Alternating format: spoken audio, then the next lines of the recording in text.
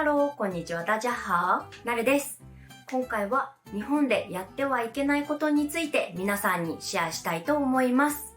今日は私の動画を編集してくれている美穂さんが一緒にいるので、日本人の私たちからの意見も交えながら話していきたいと思います。私も美穂さんも海外経験があるので、ちょっと他の国と比較をしながらシェアしたいと思います。ちなみに私は台湾に留学とワーキングホリデーで2年住んでいました。あとはヨーロッパに合計で1年ぐらい住んでいたこともあります。私はヨーロッパに2年ぐらい住んでいました。はい、そんな2人がお届けする日本ではやってはいけないこと、スター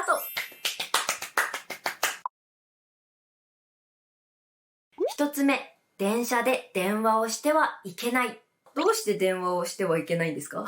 どうしてだろうね。電車でもバスでも公共交通機関では基本的に電話をしてはいけません。普通に喋る分にはいいんですよね。でも東京とかだとひそひそって小声で喋ってる感じだったら OK だけど、普通にギャハハみたいな感じで大きく喋るのはダメかも。確かに東京の電車静かだなと思いました。で、電話でやっぱり喋ると声のボリュームが大きくなってしまうこともあるので、そうだね、その大きな声で話すこと自体が多分日本ではそんなに良くないとされているので、電車でバスで電話をしてはいけません。私がいた台湾では多分 MRT 地下鉄で電話は大丈夫だと思うんですが、飲食がもう全面的に禁止で、もし食べたら罰金もあるぐらい結構厳しいルールになってます。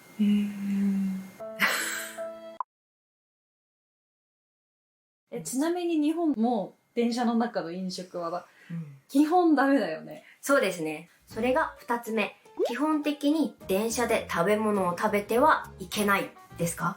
私この情報を今付き合ってる外国人の彼から、日本では電車の中でご飯食べちゃいけないんでしょと言われて初めて気づきました。あ、ダメなの？ダメっていうルールはないけど、誰も食べてない。あ、そう、誰も食べてないから、食べちゃいけないよねみたいな雰囲気だし、やっぱりそう匂いとかですよね。周りに迷惑をかけちゃいけないっていう日本人の精神だから基本的には食べ物を食べてはいけません。なんかお菓子すらちょっと怪しい気がする。お菓子もダメなんですか？お菓子、食べ物、なんかご飯的な食べ物もそうだけど、なんかチョコをこそこそっとつまむみたいなのはありかもしれないけど、なんかじゃがりこみたいなのじゃがりこはダメかも。ガリガリ食べてるのは NG かもしれない。確かに周りの目が厳しい気がします。匂いとかするものを食べ始めたら、多分日本人はみたいな目で何も言わないですよね。日本人注意はしないんですけど、みたいな目で多分見られます。それを思うと食べ歩きもダメな気がする。じゃあそれが3つ目。食べ歩きをしてはいけません。これもしちゃいけないっていうより、誰も食べてないっていうのがあるかな。道歩きながらなんか例えばパンとか食べてる人って見たことない気がする。少女漫画で食パン加えてチョコするって言って走ってる子はいるじゃないですか。なんて実物で見たことある？見たことないアニメの中ですね。アニメの中でなんか食べ歩きしてると教育がなってないというか、礼儀がなってないとか、そういうイメージに見られるみたいなコメントも見ました。そうなんですか？そうかもしれない。食べながら歩いちゃいけませんってちっちゃい時から言われてる気がする。だからその教育その教育のせい、教育のおかげ食べ歩きをしない日本人が多いですね。ちょっとなんか今日浅草にいるんですけど、ちょっとびっくりしたのが、浅草ってちっちゃいお店がいっぱいあって、食べ歩きができそうな食べ物を売ってるんだけど、基本的に多分食べ歩きは禁止っぽい。厳しすぎません？ちょっと厳しいって思った。なんか食べ歩きできるところはさせてほしいなって思いますけど、でも今思ったのは、浅草やっぱり人多いじゃないですか。食べ歩きしてて他の人とかとぶつかった時に、なんかトラブルになるのは避けたい。日本って結構そうですよね。なんかトラブルを避けるためのルールがたくさんあるイメージ。ゴミを適当に捨てない。ポイ捨て。道にポイッと捨てること。それも日本ではしてはいけません。日本の道、綺麗ですよね。それは日本人がポイ捨てをしないとか、掃除をしてくれる人のおかげで綺麗な状態が保てているので、はい、日本ではポイ捨てをしないでください。なんか一個思ったのが、日本ってゴミ箱すごい少ないの。すごい少ないのに、ゴミない落ちてないから、ゴミが出た時にゴミを入れられるようにちっちゃいビニール袋、そう持ってる方がそうなんですよね、いい気がする。カバンにそういう小さい袋を忍ばせておくことは大事かもしれません。そうしないともうずっと手に持って歩くことになるので、日本でゴミ箱を探すのは本当に難易度が高いと思います。台湾だったらあれ結構ありました。タバコの吸い殻とかちょっと気になったかなと。5年前6年前なので今はわからないんですけど。歩きタバコ OK なの？歩きタバコ OK。でも歩いてタバコ吸ってる人はいなかったですね。ちなみに日本歩きタバコ絶対ダメだからね。ダメですよこれも。これ絶対ダメだからね。歩きタバコしてもそれポイ捨てしたら犯罪者ぐらいの扱い。タバコを吸いたいなら喫煙所を探してタバコを吸ってください。箸を適当に使ってはいけない。外国の人、特にヨーロッパの人だと箸の使い方とかわからない人がいると思うんですが、日本で箸を適当に使うと結構という目で見られます。ちなみに私の付き合っている彼は箸でなんか子供みたいにお椀を叩いたりヒヤヒヤして、私やめてと見てるこっちからしたらやめてと思ってしまいます。家の中でもやっちゃダメだけど、もう特にお外では絶対やめて、本当にやめてください。次、急に話しかけないでください。特にアメリカとかの人って街中で会った時に、わ、その服かわいいねとかっていうのを気軽に話しかける文化があると思うんだけど、まず日本人はそういう文化がないから話しかけられると、えってドッキリしちゃう。日本人の人って結構英語が話せない人とかが多いから、話しかけられた時にどうしようかわかんないみたいなパニックみたいになっちゃう。パニック、わかります。パニックになるんですよ。私も今は英語がちょっと話せるようになったので、もし話しかけられたとしても大丈夫なんですが、英語が話せなかった時、頭の中がもう真っ白。逃げたい気持ちになってしまうんですよ。なので日本人に何か困ったことがあった時とか、日本人に何か聞きたい時、道に迷った時、助けが欲しい時は、ごめんなさい、すみません。特にすみませんですよね。すみません。そう、すみませんと日本語で言ってから話しかけた方がいいと思います。友達と話す時もそうですけど、日本人結構相手に心の準備させること多くないですか？例えば、ちょっと聞いてもいいとか、お願いしたい時も、何々したいんだけどこれ教えてくれないとか、相手がびっくりしないようにちょっとワンクッション入れるのが日本人の文化なので、もし本当に困って話しかけたいと思った時は、すみませんから入るといいと思います。次、公共の場でイチャイチャしない方がいいです。このイチャイチャは、例えば恋人同士ですごくハグをしたりチューをしたり、そういうのをイチャイチャすると言います。日本人で公共の場でイチャイチャしている人ほとんどいません。ほとんどいませんか？ほとんどいない。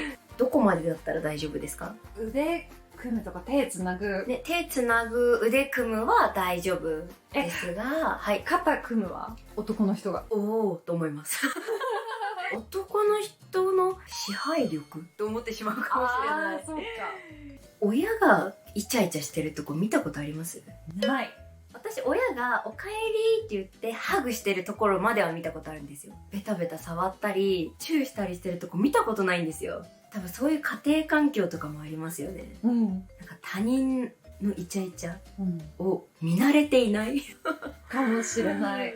でもそれでも多分日本人は見ないとか言いつつすっごい目の端でさらって見てるから多分その日本でイチャイチャしてると見られる対象になると思う。私もこっそり見ますね。見るよね、こっそり見るよね。イチャイチャしてるしてるなーって。見ます。次、赤信号は渡らないでください。まあ当たり前のことなんですが、日本では夜でも昼でも車がいなくても細い道でも細い道でも赤信号だったら渡りません。渡ってはいけません。そうですね、ヨーロッパにいた時赤信号でも渡ってましたよね。赤信号でも渡ってるがデフォルト。はい、日本では基本的にみんなちゃんと交通ルールを守って歩いているので、はい、日本に来た時は日本のルールに従って歩いてください。道を途中で渡るのはアウトですね。ちょっとやっちゃいますけど。ちょっとやっちゃうけど。やっちゃうけど。小さい道だとやってしまい。まあ、小さい道だと、まあね、赤信号も渡るよね。渡るけど、でも多分かなり、やっちゃいけないことをやってるっていう体でやってるよね。あります。ちょっと罪悪感がありつつ、ごめんなさいって思いつつやってます。なんか、この間、六本木に行ってきたんだけど、その六本木でヨーロッパから帰ってきてすぐだったから、全然車が来てないところを、赤信号を渡ったのね。そしたら、多分遠くにパトカーがいたみたいで、パトカーについてる大きい拡声器、マイクみたいなので、赤信号です、渡らないでくださいって、遠くから怒られて、あ、そうだ、日本ってダメなんだ、みたいに思った。厳しいですよね。厳しい。しかもそれね、私がそれ一回言われてるのと、同じ日かな、どこかでもう一回聞いてるの。渡らないでください。渡らないでくださいって。だから、普通に注意をされる。基本的にあれですよね。ルールは守れ。どんな状況であれルールは守れっていうのが多分日本の、ね、文化、習慣ですね。この臨機応変にできない、真面目なのは日本のいいところですけど、なんか臨機応変に行動できないのは日本のちょっと悪いところだなってちょっと思います。あと時間は絶対守る。時間はそうですね、守ってください。例えばお店を予約した場合、予約の時間に間に合うように本当に言ってください。まあ、友達との約束もそうですけど、遅れるなら基本的に連絡をする。